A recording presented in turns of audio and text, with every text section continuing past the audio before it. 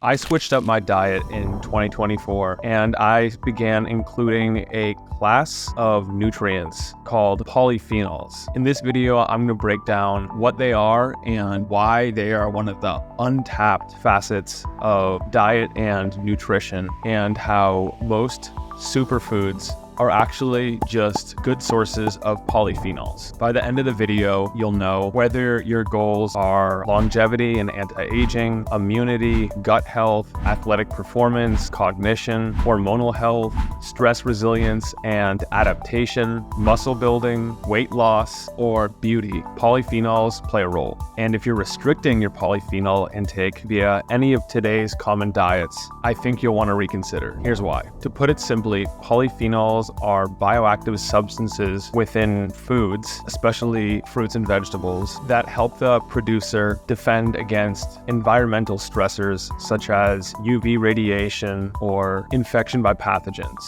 They're also responsible for the taste, astringency, bitterness, color, flavor, and odor of particular health foods. So far, researchers have identified 8,000 different substances that fall into this class called polyphenols.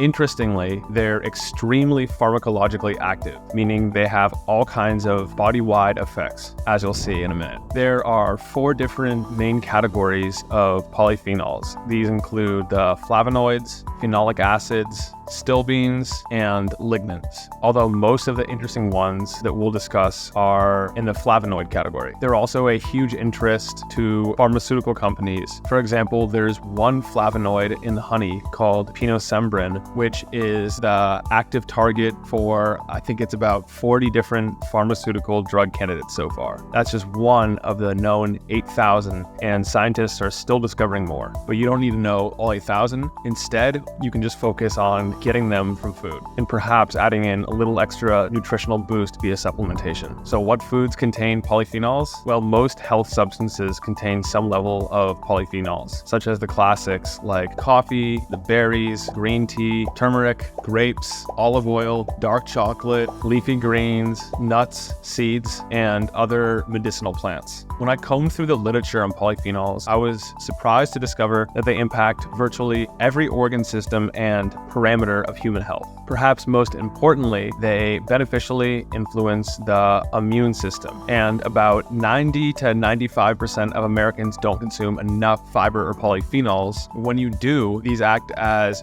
food for beneficial bacteria, such as bifidobacteria and Akkermansia muciniphila, being perhaps the 2 most important. Although your body doesn't consume them, the bacteria do, and as a result, they produce what are called postbiotics, or postbiotic metabolites.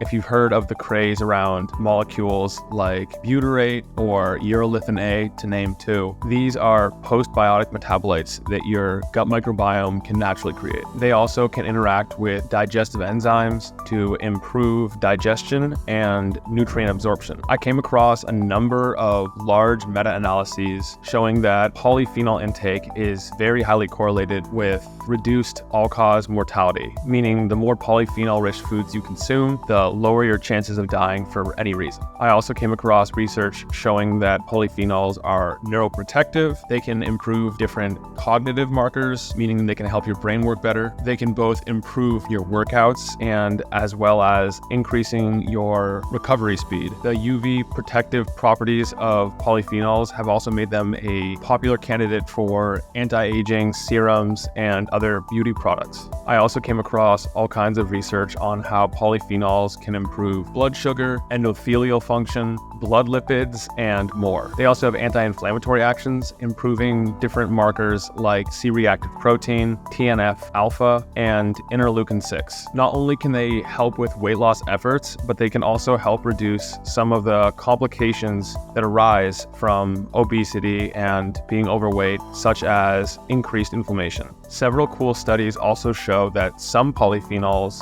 can increase levels of a hormone called GLP-1. That's the same thing that a lot of the popular drugs like Ozempic, Mounjaro, semaglutide, tirzepatide, all those impact. But this is in a natural, albeit weaker way. That's believed to work by inhibiting the enzyme that breaks down GLP-1 called DPP-4. And yes, Polyphenols can also help improve insulin sensitivity. And that's just a small fraction of the many benefits and different organs and systems that polyphenols can influence. So when it comes to consuming polyphenols, my favorite approach is to consume a lot of the classic health foods that I mentioned earlier, as well as getting ample berries. Berries are my favorite source. And if you want an additional boost, then I like Reds powders. I do both, but most of the powders out there are not very high quality. You'll want to get organic and make sure they don't have too many different berries, because then you're going to be getting a minuscule dose of each and it won't be as effective. Then if you want to add in other stuff like the more trendy flavonoids and polyphenols, things like fisetin, apigenin, quercetin, resveratrol, pterostilbene, all of the hot anti-aging substances, then go ahead. But personally, I think you'll get a much higher return on your nutritional investment if you just consume a lot of natural sources first, particularly the berries, and then only consider adding those on top. That's how you get the full synergy. If you found this interesting so far, go ahead and hit that thumbs up. That's how I know which topics to continue to create more videos and content around. And if you want to see my full guide to polyphenols, I will put a link in the description below and a card up here for you to click. Since videos are hard to update, articles are much easier to update. So as I come across new cofactors and metabolites and stacks, I will put those all in the article. The other part of the equation is to not just consume more polyphenols, but when you do consume them, to make sure you're not consuming the so-called anti-nutrients or the substances that bind to polyphenols and render them inert and useless. A few of the things that impair the full potential of polyphenols include bananas, apples, pears, peaches, dairy, and some proteins. There you have it. If you're still with me, hashtag badass to you. I want to know who you are. So drop 1% in the comments below. Until next time, be an outlier.